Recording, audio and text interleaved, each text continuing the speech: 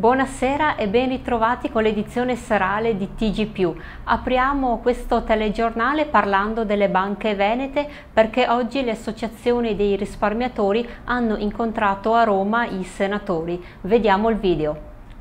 Ultima chiamata dalle associazioni del territorio alla politica per il decreto banche, tra poco al voto in Senato. Se non verranno mantenute le promesse, i risparmiatori colpiti dal crack di Veneto Banca e Banca Popolare di Vicenza sono pronti a campeggiare a Roma finché non verranno accolte le loro richieste. Patrizio Miatello dell'associazione Zelino Terzo da Onara.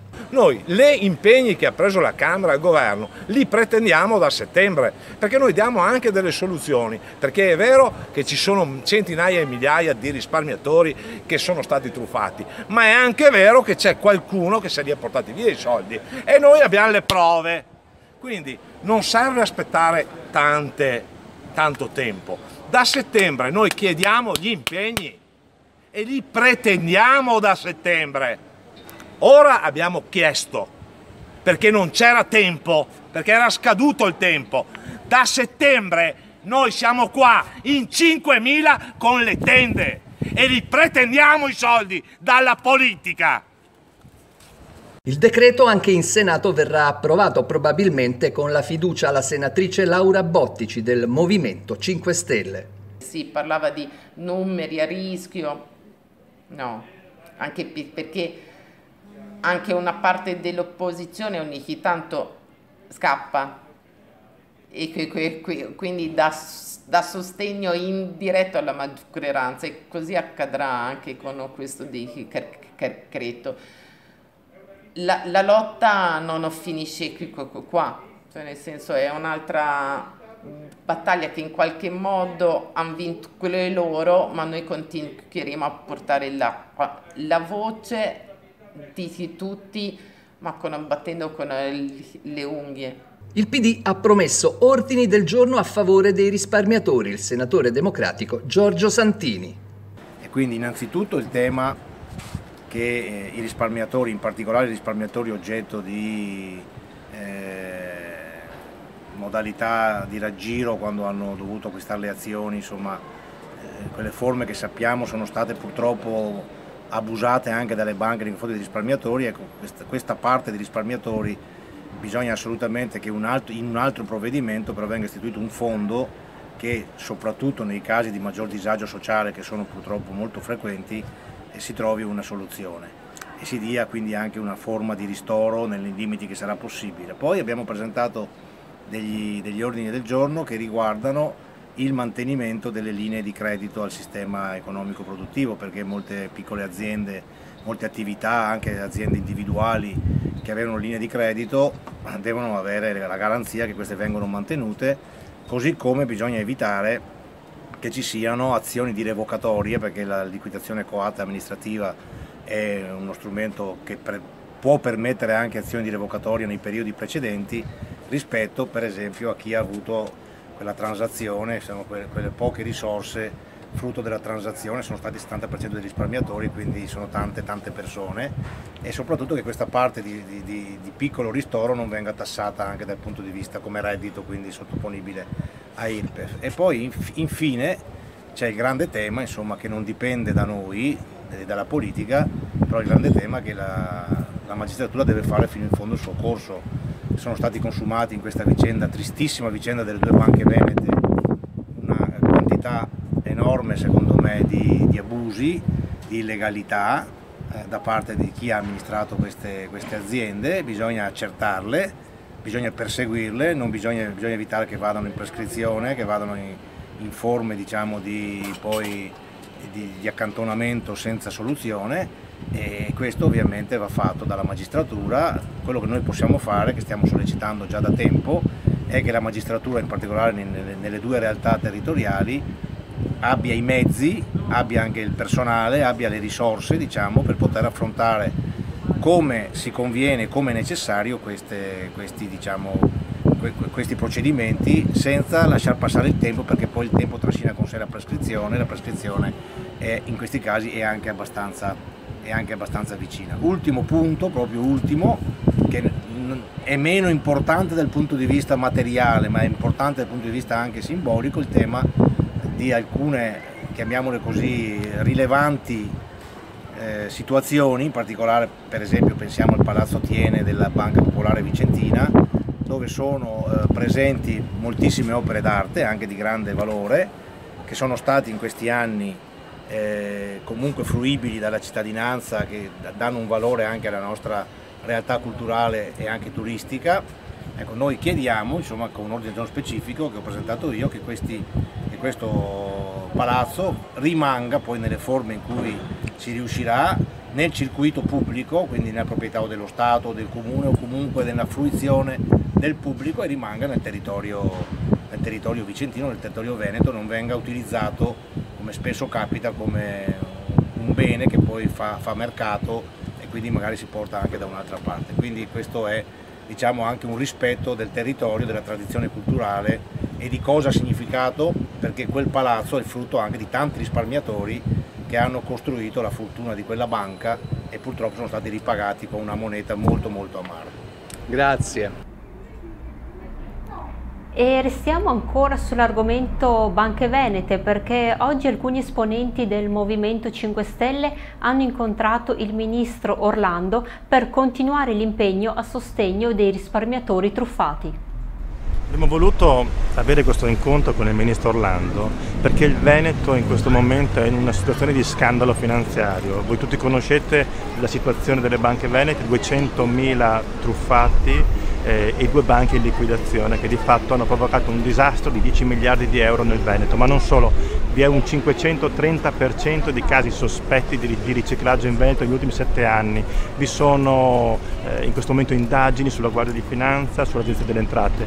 È una situazione in cui il Veneto ha visto per 15 anni governare una persona come Giancarlo Galan. Oggi siamo venuti a dire tutte queste cose al Ministro per poter capire come possiamo lavorare per gestire al meglio la giustizia all'interno delle procure e dei tribunali veneti. Come Movimento 5 Stelle siamo l'unica forza politica che si è impegnata a difesa dei risparmiatori, a difesa delle 200.000 famiglie di truffati. Siamo andati nelle procure venete, abbiamo sentito che c'era bisogno di velocizzare i procedimenti e abbiamo ottenuto che arrivassero nuovo personale, nuovi magistrati, abbiamo fatto tutto quello che è nelle nostre possibilità per dare giustizia a chi è stato truffato. La situazione che ci ha illustrato a Treviso è veramente allarmante, perché le prospettive sono quelle non che chi ha sbagliato paghi, così come sostengono molti responsabili della politica, ma le prospettive sono che chi ha sbagliato verrà prescritto presumibilmente a breve, in considerazione del fatto che i procedimenti non avanzano per mancanza di magistrati, per mancanza di personale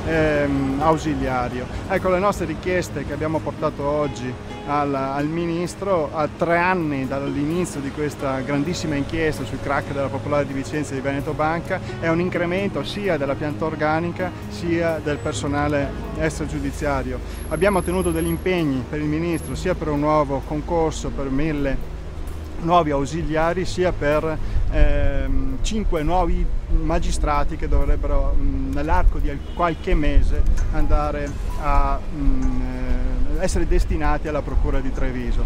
Ecco, è molto poco. Nostra richiesta non era quella di arrivare ad una definizione della pianta organica, ma uno sforzo straordinario rispetto a un'emergenza straordinaria, che è di avere giustizia per dei crimini di decine di miliardi di euro dalle tasche di 210.000 famiglie del Veneto e non solo. Il Ministro ci ha risposto che l'unica cosa che può fare è dare una collaborazione sul piano tecnologico alle procure che sono coinvolte. Ecco, questo è troppo poco, questo non è uno sforzo di chi veramente vuole arrivare ad una definizione, ad una giustizia vera e soprattutto a una soddisfazione per quelli che sono veramente i diritti di coloro che sono stati truffati dai crack della Popolare di Vicenza e Veneto Banca.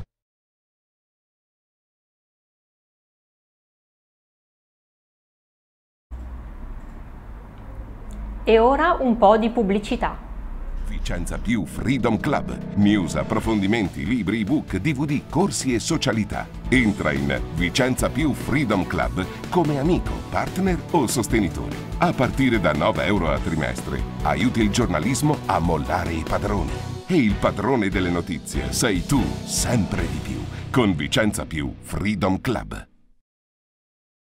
Giochi di una volta. Un'originale idea regalo. Un viaggio nel tempo per incontrare un passato che diventa un patrimonio indimenticabile. Il recupero dei giochi tradizionali rappresenta per alcuni il ricordo e per altri la riscoperta della propria storia. Scalon, Fionda, Porcola, Sercion sono solo alcuni dei numerosi passatempi raccolti nel DVD Giochi di una volta, caratterizzato da un insieme di testimonianze da consegnare alle generazioni future e da spiegazioni pratiche per provare a portare i giochi passati nel nostro presente. Il DVD Giochi di una volta lo puoi acquistare al prezzo di 12 euro. Acquista subito su Amazon o presso la nostra redazione in Viale Milano 31. Per altre informazioni vai sul sito vicenzapiù.com o telefona allo 0444 142 99 15.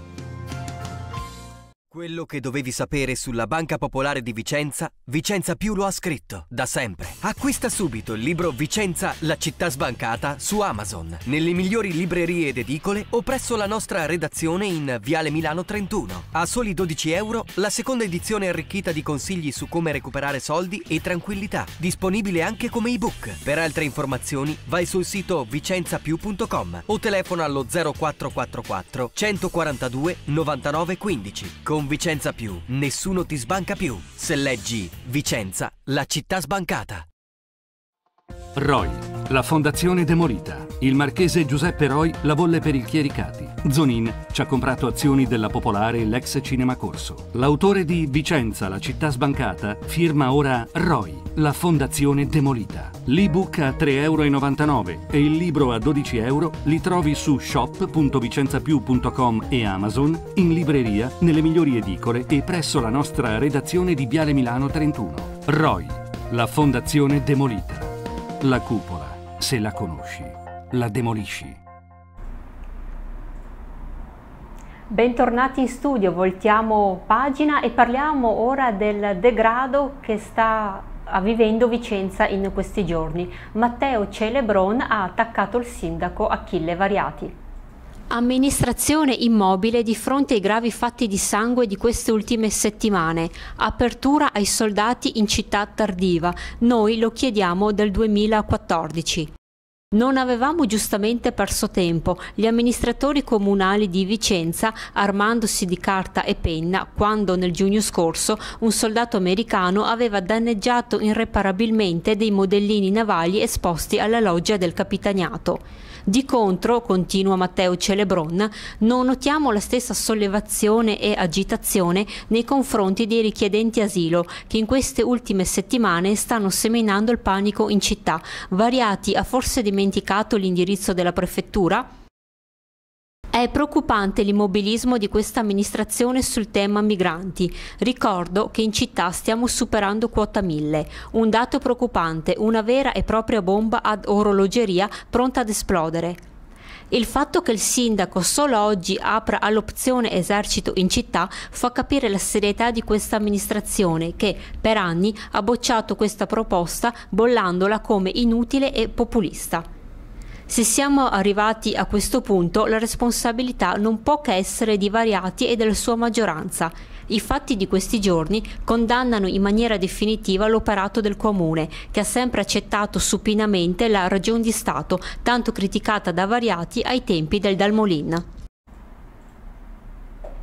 Umberto Lago è il nuovo amministratore unico di AIM Vicenza. Ad annunciarlo sono stati il sindaco Achille Variati e l'assessore alle risorse economiche e politiche del lavoro Michela Cavalieri. Umberto Lago conosce l'azienda, è una figura seria e competente, ha dichiarato Variati. Io vi rimando al sito www.vicenzapiù.com per vedere tutte le altre notizie della giornata e vi do appuntamento a domani. Grazie per averci seguito, arrivederci. Vicenza Più Freedom Club. News, approfondimenti, libri, ebook, DVD, corsi e socialità. Entra in Vicenza Più Freedom Club come amico, partner o sostenitore. A partire da 9 euro a trimestre, aiuti il giornalismo a mollare i padroni. E il padrone delle notizie sei tu, sempre di più, con Vicenza Più Freedom Club.